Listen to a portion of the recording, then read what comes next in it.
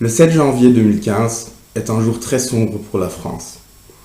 Les deux frères Cherif et Saïd Kouachi pénètrent armés de fusils d'assaut dans la rédaction de Charlie Hebdo et ouvrent le feu. Ce jour-là, 12 personnes sont mortes, dont les principaux rédacteurs de Charlie Hebdo. Parallèlement, un complice des frères Kouachi, Amédi Koulibaly, assassine une policière à Montrouge le 8 janvier et puis tue 4 autres personnes le lendemain au cours d'une prise d'otage dans un supermarché cachère à la porte de Vincennes. Tous les terroristes ont été arrêtés par la police. Charlie Hebdo fait régulièrement l'objet de menaces pour ses critiques de la religion et en particulier des intégristes religieux. Ça lui valait de nombreux procès. En 2006, l'hebdomadaire faisait polémique en publiant 12 caricatures du prophète Mahomet, déjà parues dans le journal danois. En 2011, les menaces contre le journal satirique s'intensifient et ses locaux deviennent la cible d'un incendie criminel. Le retentissement de ces événements est considérable. Aussi bien en France qu'à l'étranger, des manifestations de soutien pour Charlie Hebdo ont lieu dans de nombreuses villes. 44 chefs d'État et de gouvernement participaient à Paris à une marche républicaine le dimanche suivant, qui rassemblait selon les estimations plus de 4 millions de personnes sur tout le territoire français. Même à Berlin, cet événement a rassemblé plus de 18 000 personnes. À l'occasion du rassemblement de Charlie Hebdo, qui a eu lieu à la Pariser Platz dimanche 11 janvier, nous avons pu rencontrer plusieurs Français qui nous ont exprimé leur avis sur ces événements et les raisons de leur participation au rassemblement.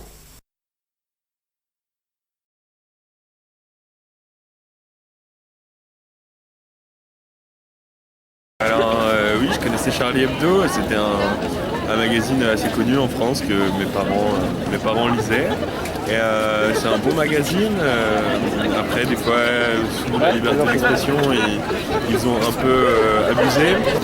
Je connaissais Charlie Hebdo, après je ne l'avais pas forcément lu, mais j'avais vu beaucoup des caricatures de Charlie Hebdo dans la presse ou sur internet.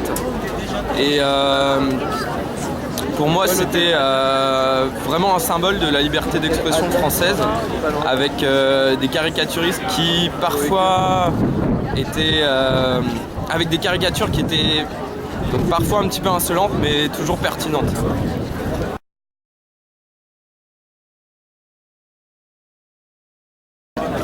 Je suis Charlie, pour moi, c'est un symbole du rassemblement pour la liberté d'expression. Je suis Charlie aussi, c'est un hommage finalement à cet attentat et aux personnes qui ont été tuées. Et dans Je suis Charlie aussi, il faut pas inclure que Sharp, Wolinski ou Cabu, mais aussi toutes les autres personnes qui ont été tuées, c'est-à-dire les policiers et aussi toutes les personnes qui ont pu être tuées lors des prises d'otages.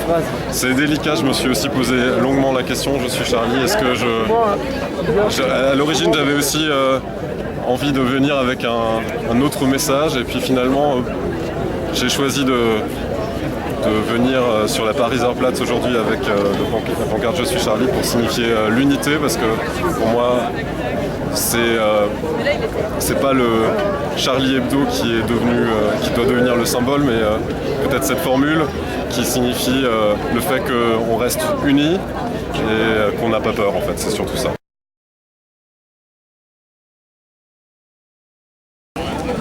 Je pense, comme l'a dit Charb, qu'en France, la liberté d'expression devrait être respectée et que ce qu'il a fait lui-même en France, il ne l'aurait pas fait dans un autre pays, comme par exemple le Maroc. Il a été interviewé par un magazine marocain qui s'appelle Tel Quel, qui lui a demandé « Mais est-ce que vous vous rendez compte que vos caricatures heurtent les gens du Maroc ?» Il a dit « Certainement, mais c'est quelque chose que je n'aurais pas publié au Maroc, mais en France, je souhaite que ça soit respecté. » Je pense que les caricaturistes de Charlie Hebdo pouvaient se permettre en tous les cas ce genre d'humour parce qu'ils étaient extrêmement intelligents et qu'ils arrivaient à faire de l'humour sur des choses, à faire rire sur des sujets graves et que c'est important qu'on continue à le faire dans leur mémoire.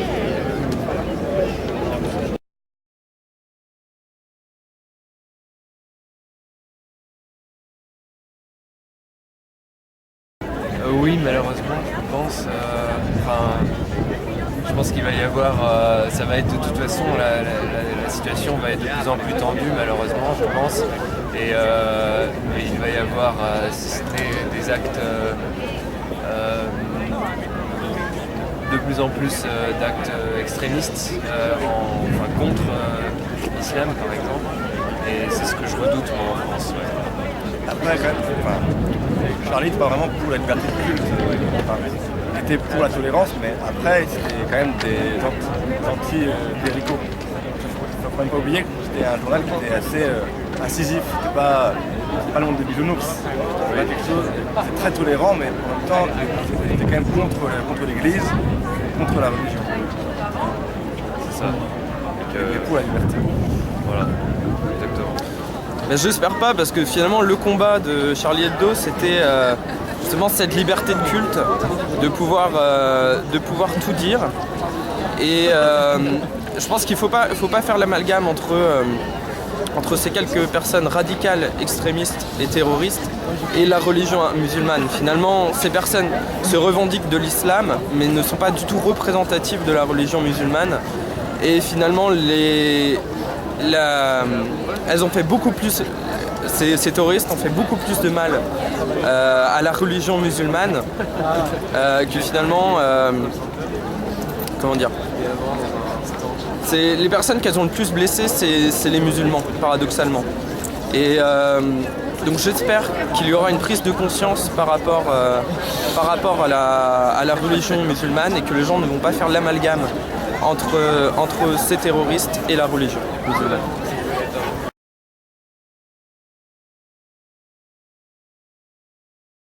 Alors ça c'est une bonne question aussi, parce que moi à Dresde, il n'y a pas du tout, les gens sont... Il y a l'intégration, c'est pas forcément ça. En Allemagne de l'Ouest beaucoup. Et je pense que l'Allemagne est un pays tellement différent de la France, de par son histoire, de par sa démographie, son économie, qu'on ne peut pas faire de comparaison entre la France et l'Allemagne, ou par exemple une ville comme Münster ou Mannheim, je sais plus, à 60% d'immigrés et de gens qui ne sont pas directement, qui ne viennent pas directement d'Allemagne. Et chez moi à Dresde, on doit être 5% d'étrangers, donc je pense qu'on peut pas faire une comparaison globale des deux pays. Je pense qu'on parle de quelque chose de différent. Je retrouve moi en Allemagne un modèle un peu anglo-saxon, c'est-à-dire que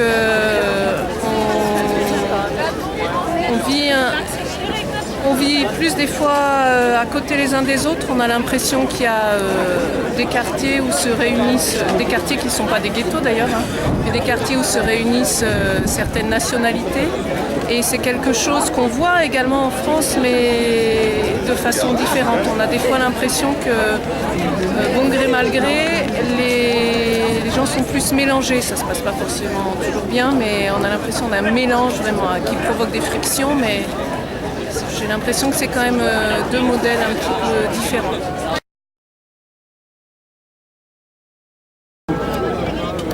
Simplement rester... Enfin simplement, c'est compliqué, mais...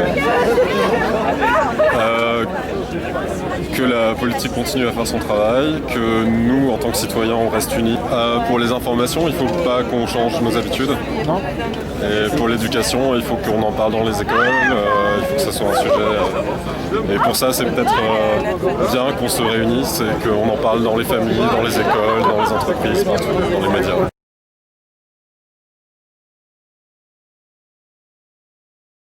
Bien sûr, ça a déjà commencé.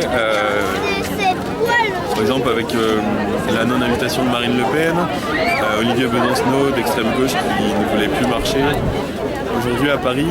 Donc oui, ça aura des conséquences. Après, c'est trop tôt pour le dire, mais comme avec une Allemande hier soir, on parlait et je pense qu'on peut dire que ce qui s'est passé en France cette semaine, c'est un peu un petit 11 septembre.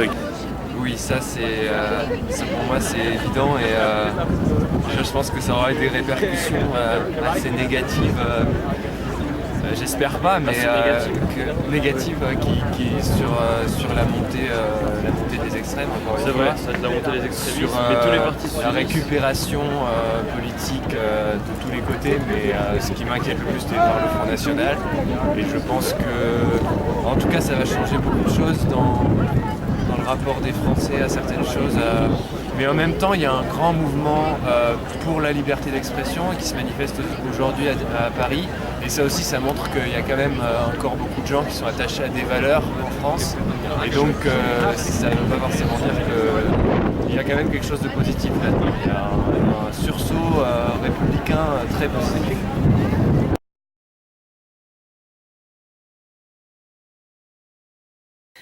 Alors, ça, c'est une question évidemment à laquelle il est difficile de répondre en une phrase. Alors, il a beaucoup été évoqué un problème d'intégration, un problème le sentiment de se sentir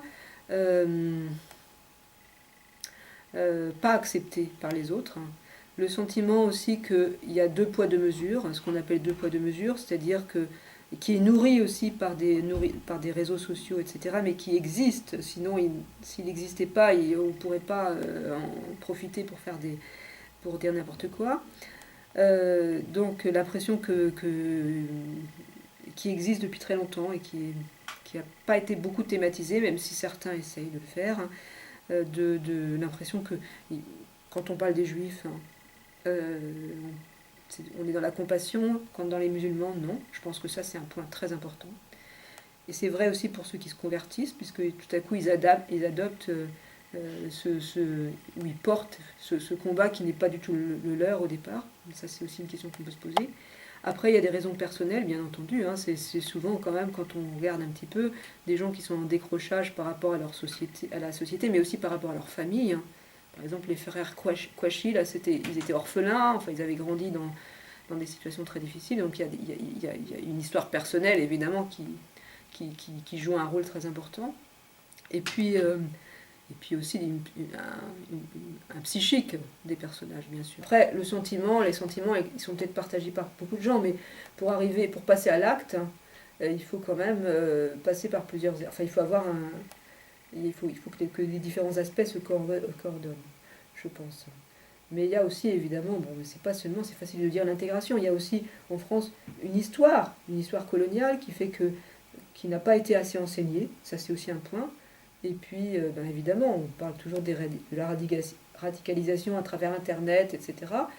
Il y aurait aussi à dire qu'il y a un travail à faire, là aussi. Comment est-ce qu'on fait pour surveiller, ou bien disons pour faire en sorte que les influences ne soient pas celles qu'elles sont. En ce qui concerne ces 3 personnages, d'abord ils sont d'une autre génération, ils ont 30 ans, ils avaient 30 ans, enfin les 2 premiers en tout cas. Ils n'avaient pas 17-18 ans comme les jeunes qui partent au djihad en ce moment, donc c'était encore une autre catégorie. C'est des gens qui ne s'étaient pas radicalisés sur Internet, qui laissaient aucune trace sur Internet, donc il faut aussi se garder de dire « ah bah c'est Internet » ou bien... Bon. Par contre, il y en avait un qui avait été en prison, et apparemment en France en ce moment, les prisons sont un lieu de radicalisation aussi, donc il faut se poser la question de savoir que faire. Puis il ne faut pas se faire d'illusions. Il y a une partie des mouvances religieuses, qui ne sont pas forcément des mouvances d'ailleurs terroristes, parce que salafiste ne veut pas dire terroriste, qui aussi s'opposent totalement à ce que des jeunes ou des moins jeunes s'intègrent à la communauté nationale selon les critères en vigueur en France. Et en Europe d'ailleurs, mais particulièrement en France. Donc à la fois c'est à l'intérieur et puis aussi à l'extérieur. Donc comment faire pour coordonner les deux ?